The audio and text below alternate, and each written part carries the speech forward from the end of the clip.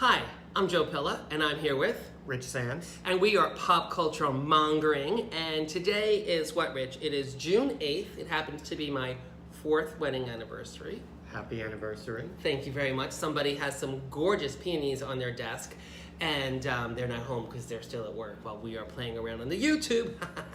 So, it is June 8th, and it is my anniversary, but it's also right before the Emmys, and the Emmy nominations start. The voting starts. Yes, so voting on who people want to be nominated begins on June 11th. Monday.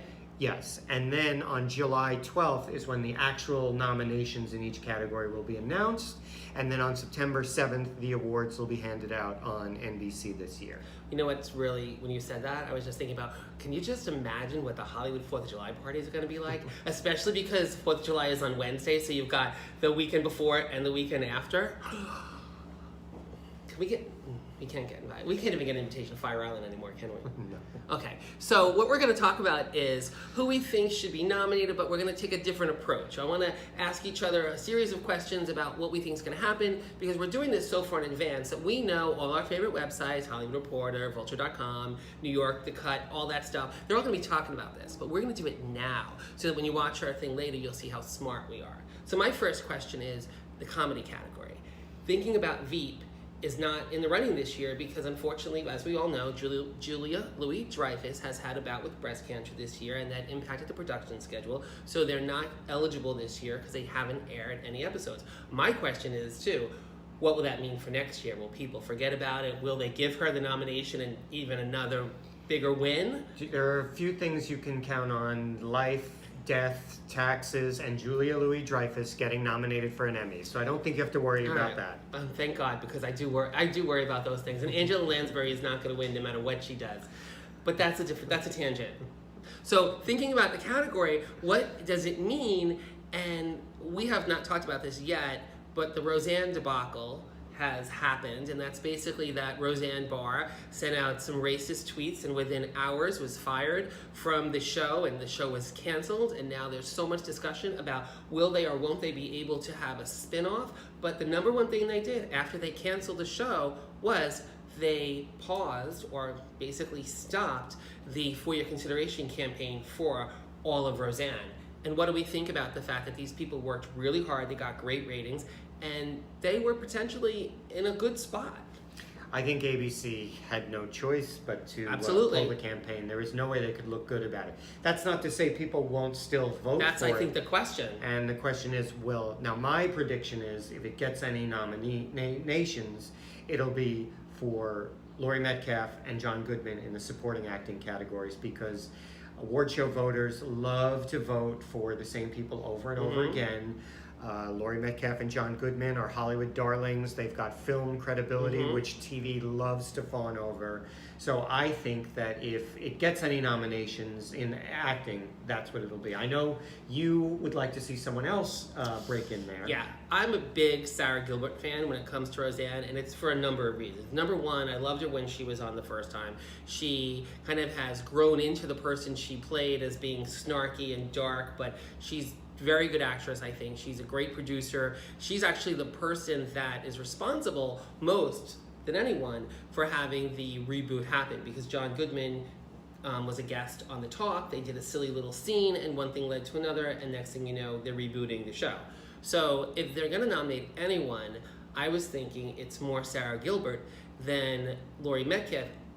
Also because I felt that Sarah Gilbert had the best material of any character. She was interacting with the parents, the sisters, the aunt, and her ex-husband.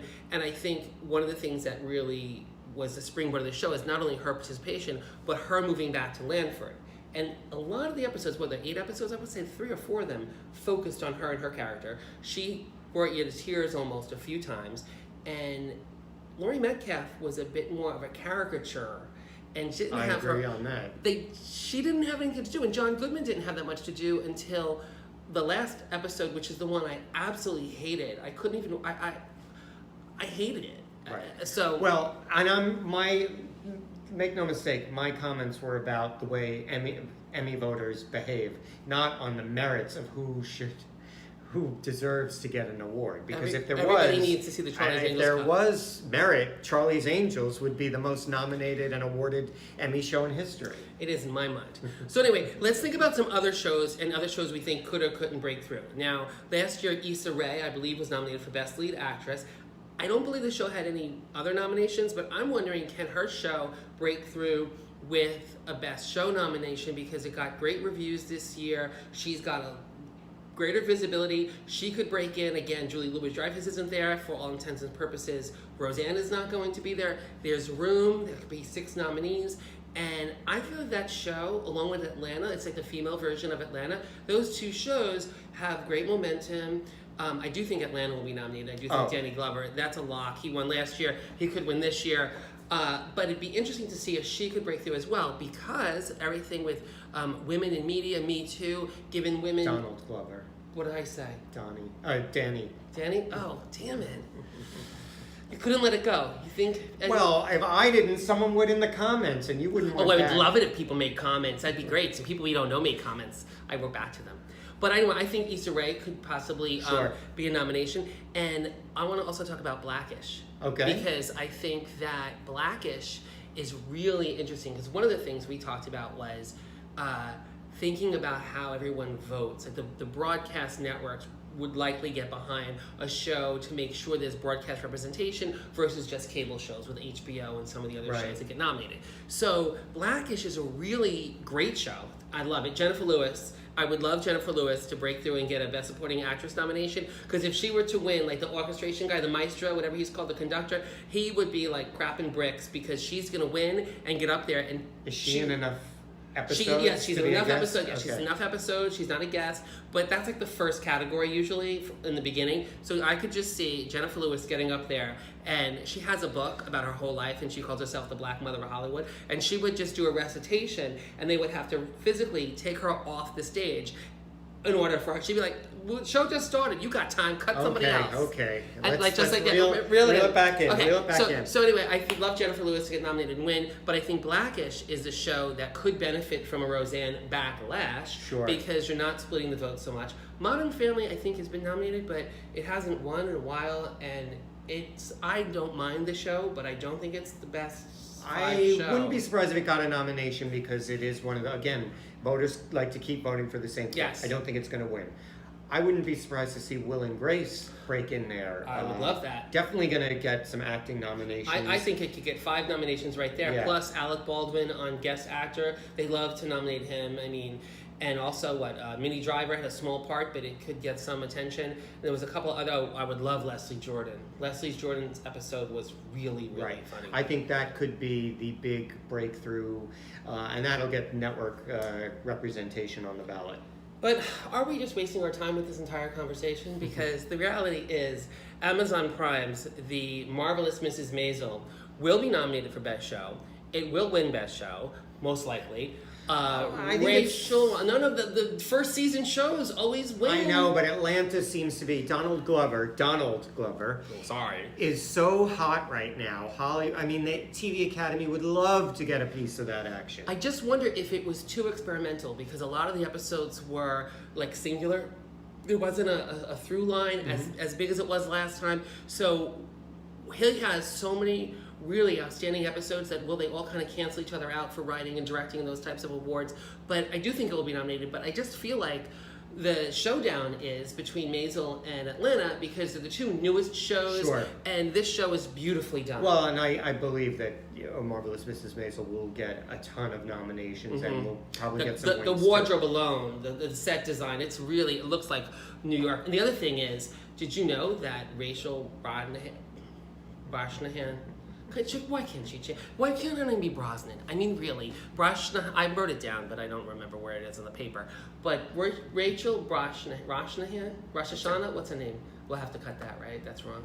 But anyway, did you know that who she's related to? Take it down. It's sad now. Kate Spade. Oh, really? I think Kate Spade is her cousin or her aunt. Oh, that's terrible. I know. But maybe that's where she got her fashion sense from. Just saying. Okay. Edit this part out? Yeah, I think this part's... Okay. You're likely not going to be seeing this part. Okay, so anyway, I do think that Mrs. Maisel and Atlanta are probably going to do a fight to the death. But thinking about fighting, the show I really want to see get some attention is Glow. I have watched this thing from beginning to end twice now. The second time I watched it in 2.5 days when Bill was visiting, we watched it. It is so good. Alison Brie is amazing. I'm going to put a picture up right now of her. She looks like a 15-year-old girl in this picture. She is so good. She's so different than she was in Mad Men. And if anyone deserves attention, like a breakout star beyond Rachel B, it's her. And then also the other guy, Mark Macon, I think his name is. He's got a podcast that's extremely... Okay, Mark Maron. He has a podcast that's really popular, and he's just been around. He's not really even an actor, but he plays his part to perfection. So Okay. I think those are the shows. She was in Mad Men? I know her from Community. Alison Brie is the wife, Trudy, of the second lead, the one that has the baby. John Slattery? No, the other one. He's like a third lead. The one that is the go-getter that sleeps with Elizabeth Moss in the first episode. You know. But we'll talk about Elizabeth Moss. We will talk about Elizabeth Moss in the next section. So that was comedy, and we hope you enjoyed our little repartee. So follow us on Facebook and Pop Culture Monger. Subscribe to our channel. Tell us what you think. And when our nominees do get nominated, feel free to give us credit because we said it first.